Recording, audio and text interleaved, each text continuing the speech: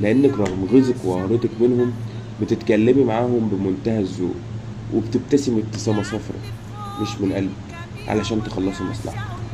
لو كان ده ردة فعلك لما جوزك يتعصب، كان هيتكسف من نفسه قوي ويحاول يراضيكي بأي طريقة.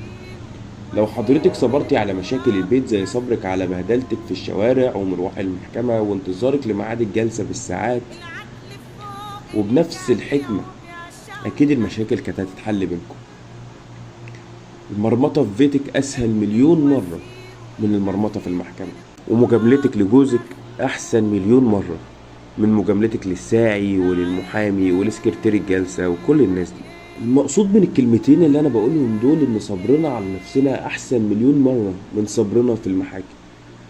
بيوتنا أمانة في رقبتنا. طبعا في ستات كتير هتزعل من الكلام اللي أنا بقوله ده. لا يا فندم، مش عايزك تزعلي،